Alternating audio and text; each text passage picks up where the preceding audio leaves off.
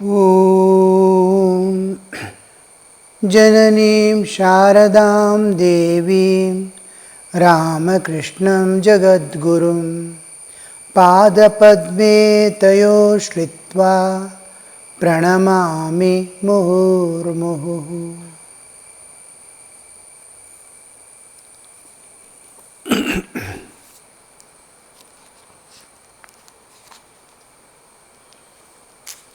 Sri Ramakrishna was singing, identifying himself with the ordinary jivas who have descended into the world and undergoing unknown torture of life. Life is a constant struggle.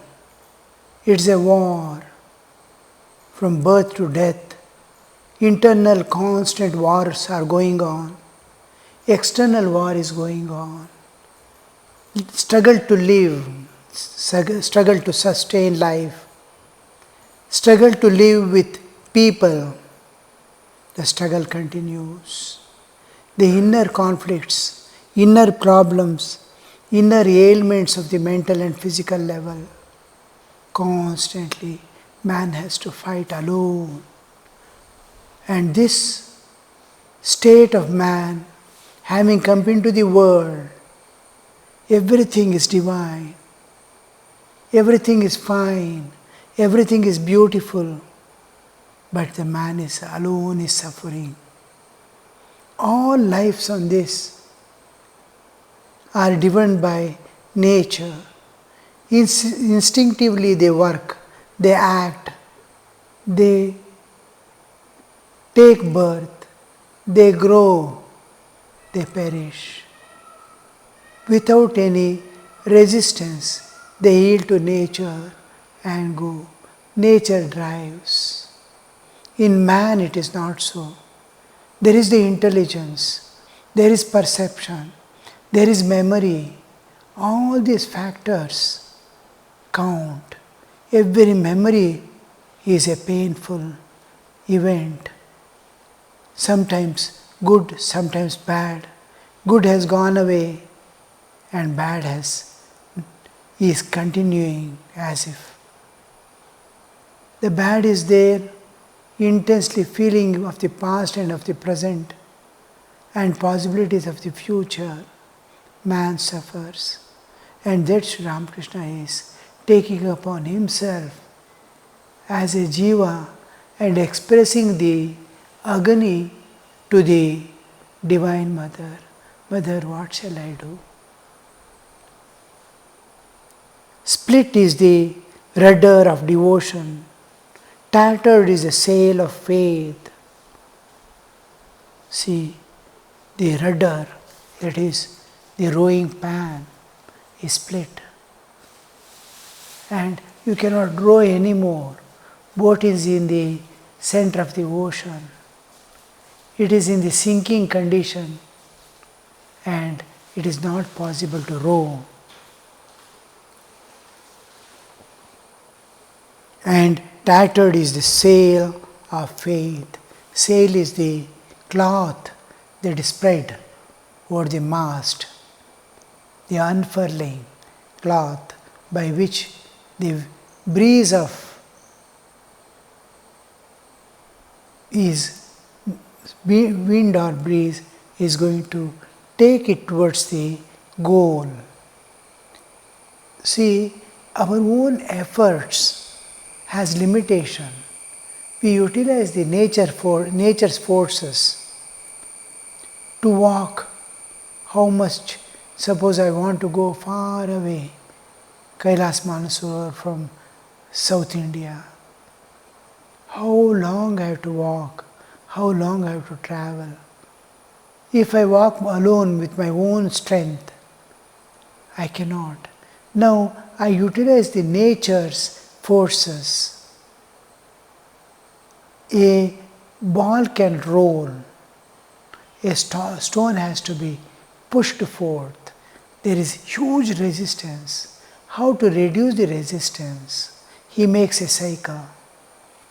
A cycle rolls on. My weight I put on it and I drive and go. How easy it becomes for me to travel, and how much of time is reduced. Now I utilize petrol, a fuel, and I make a vehicle and run it. I am utilizing the nature's power also. When I drive a cycle, power is mine. The nature has helped in such a way that the little power that I am applying is sufficient to go faster. The resistance is reduced. But when I use petrol or other fuel to run a vehicle of mine, the power also belongs to the nature. I am utilizing the nature power, I am utilizing nature techniques, and I am moving. How faster I can go.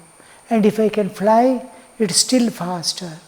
I am utilizing the nature's forces.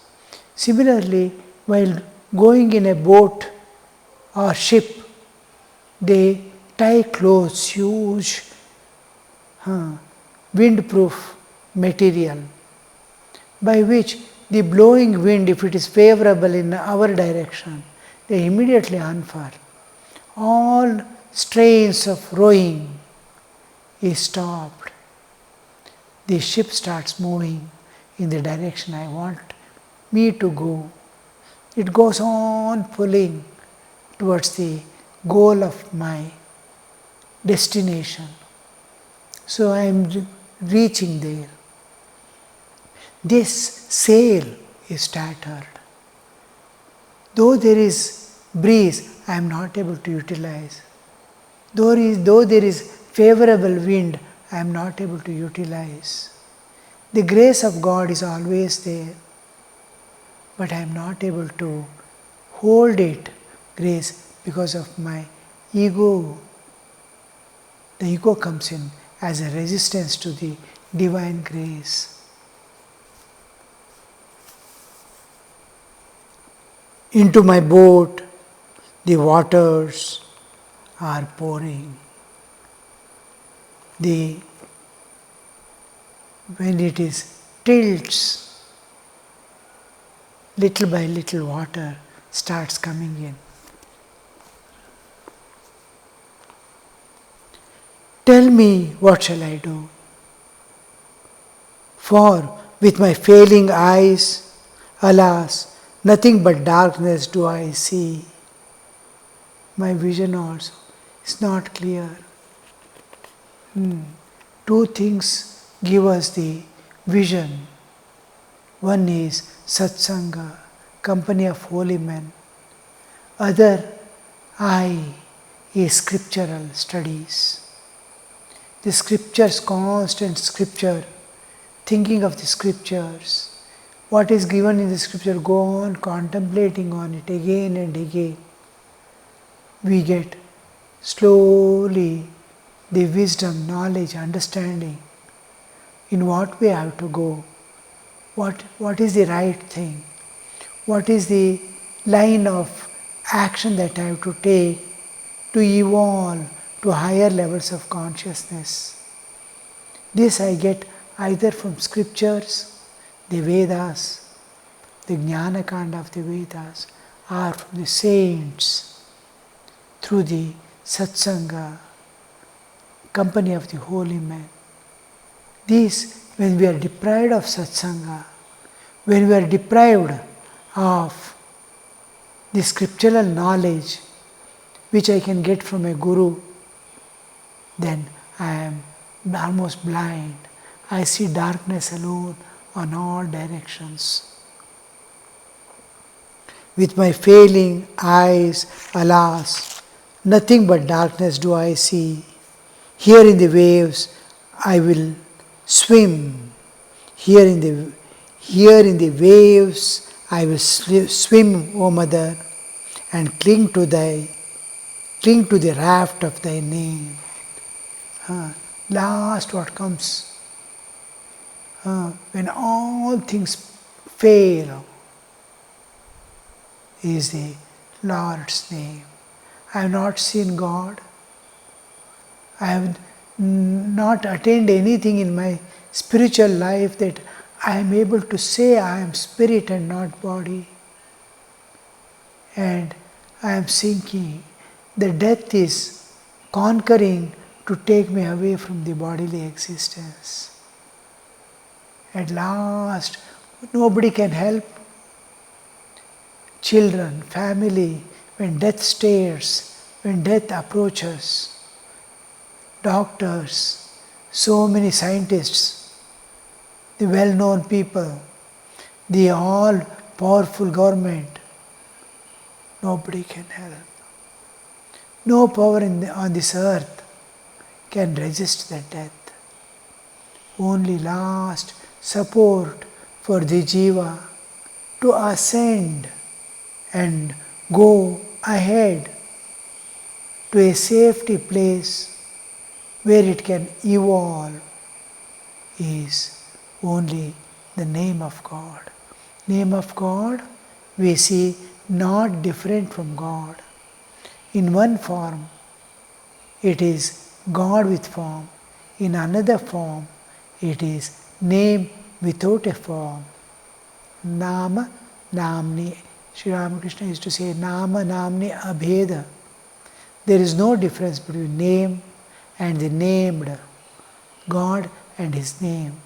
Because the name of God that Guru gives, the mantra, the mystic syllable the Guru gives to the disciple, or in which the disciple has developed such faith that it is God Himself.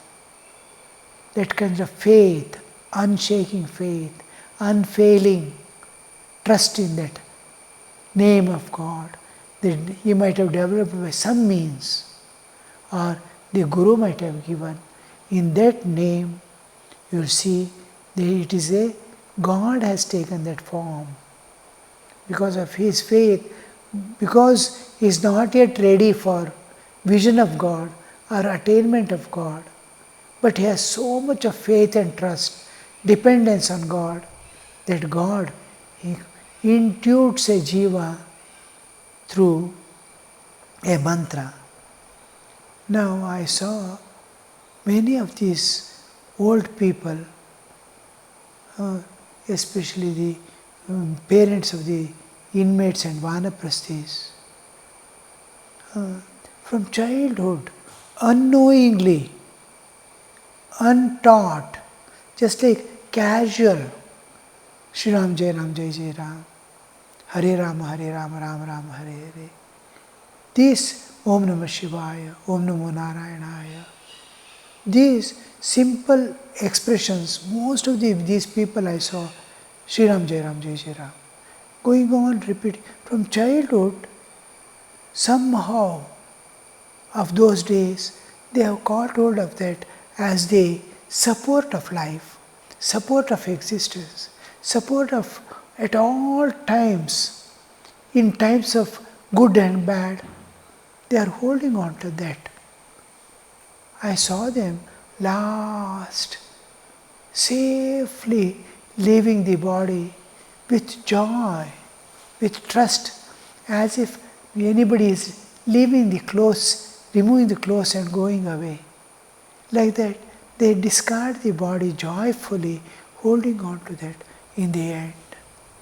Just that trust, that faith, that clinging to that one at all times during the life. Just that. The Guru has not given that mantra, but it has come from the depths of their heart. Call on this, hold on to this, you will be saved. That trust, that hold, takes them beyond. This faith, trust and dependence at all times, whatever happens, they will go and offer their prayers. Small things, somebody scolds, they have immediate access to the divine. They start repeating the name of God, in which they They invoke, look, my Lord, they are insulting me, they are giving me pain. Whom shall I go? They cannot go to anybody. So, similarly, when joy comes, when everything is favorable, they offer it to God. Lord, by your grace, I don't deserve. I have not done any tapas that you should give me all these facilities in my life and safeguard my existence. You have been doing it. Thank you. I don't know how to express my gratitude. So they cling to that mantra. They are not able to see God, but through the mantra, they create an image of God in their own mind and in their own heart. They love, they dedicate their life, they dedicate their all actions in such a way that they hold on to it for at all times. This we see in the earlier generation, which in present days it is slowly waning down. It has not disappeared. Even now we can see, but the number of people living that kind of life have come to very small, countable on finger like. Such decrease. And that is he is telling, here in the waves I will swim. It is just filled with waves. And boat has gone away, it has sunk. He is alone in the middle of the ocean without any support. Nobody to call upon, nobody to care for him. Nobody is able to see him. Where is he also? He is somewhere in the ocean. He sailed his boat and entered into the ocean. Now the boat has gone away. He alone has to swim. And he says he is holding on to, O Mother, and I swim. I will swim in the waves, O Mother, and cling to the raft of thy name. Some support just to not to sink. And when it takes us to the goal is unknown. But when I am there I am able to hold on to a raft, a piece of wood, a raft, by which I am not going to sink, but I am not finding my destination also. This is the only thing I am having the support. Your name, he is telling the mother. It was in 1990s perhaps, somewhere after when I was in forest days of my tapasya, a devotee of the ashrama belonging to the Ramakrishna tradition, they had their own ashrama also for monks to come and stay there on the road from Bombay to Calcutta road, somewhere in Madhya Pradesh. I stayed there for some time, and the owner of that ashrama was an extremely pious person, and he was in the Ramakrishna tradition. So his one son had joined an ashrama. The two daughters were studying in a school little away, because Madhya Pradesh village it was, where schooling was not possible. They had been in the hostel a few, maybe 100 kilometers away. So they were two husband and wife alone with 20 acres of land, and they had kept two servants to look after the field. They would do everything, including opening the canal the moment water comes in the canal, living in the fields, growing the crop, harvesting, everything was done by them. And this procedure went on. They felt comfortable. Whatever the servants wanted, they can take. It was like their home. They were like his children. And everything was going on well. And whole afternoons, morning they would be little busy with the ashrama work, lighting the lamp and all that, doing simple worship in the ashrama, and other household cooking and all that. In the afternoon, they would just take a nap of 20 minutes and sit for their scriptural studies, Gospel of Ramakrishna, the life of Ramakrishna and all that. They would detail, they were till evening, they were continuously working with spiritual matters, because the servants have taken the responsibility, like children growing up and taking the responsibility. They were free from all things, and they could dedicate every moment of their life in thought of divine. Exactly what Sri Ramakrishna wanted a householder to live, a life of devotion, I could see there in their life. So much pious, and any villager, any kind of problem, they would rush to solve. Somebody is sick, they would take them through miles and miles by scooter vehicle, their own two-wheeler, to the hospital and bring at their expenses. So such was their life, what Sri Ramakrishna wanted. And they were once going to their guru, who was staying in the ashrama and had shifted to Narmada in Omkareshwar. So they were going, father was there and mother was not there. Mother was still there. His mother, his father, his mother, his father, and his himself, and some one or two relatives, maybe, I don't remember. But these three were there. Father, mother, and himself had gone to meet the Swami there at Omkareshwar. It was rainy season, heavily raining, downpour. Night around 2 o'clock, their bus with 72 people fell in the river. River is flowing to the brim. Nobody knows that a bus has fallen inside the river. And all 70 out of 72 people, including driver jumped away. He escaped, but he did not report to the police people or anybody that his bus has fallen down.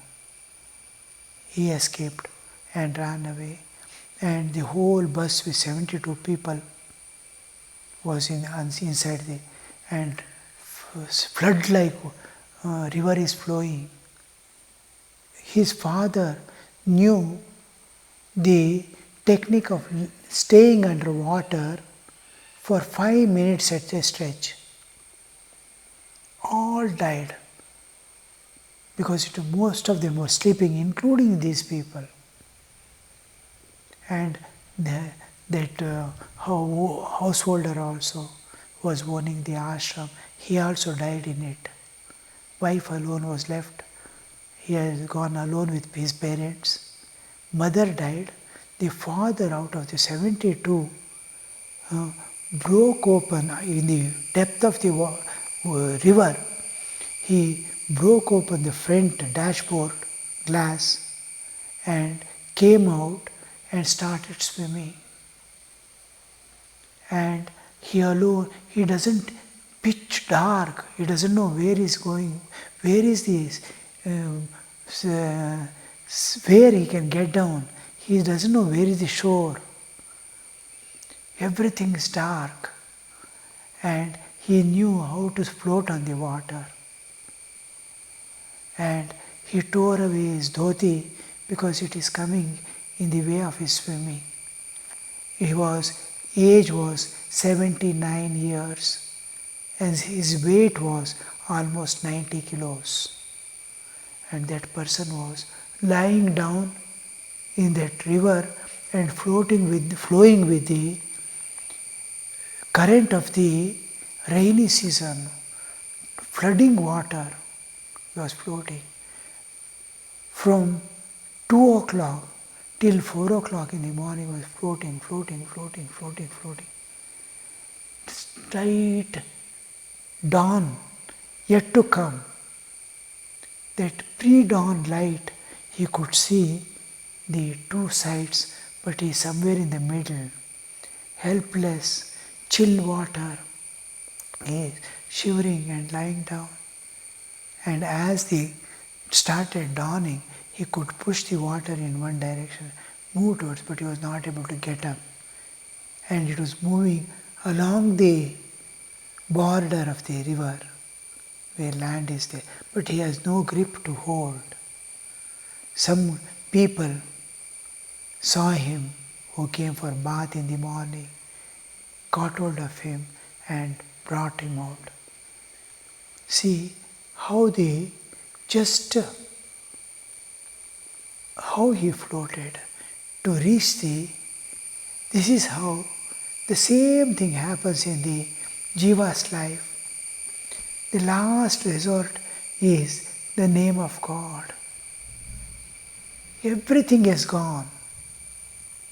Everybody has gone, his son and all. He alone is floating.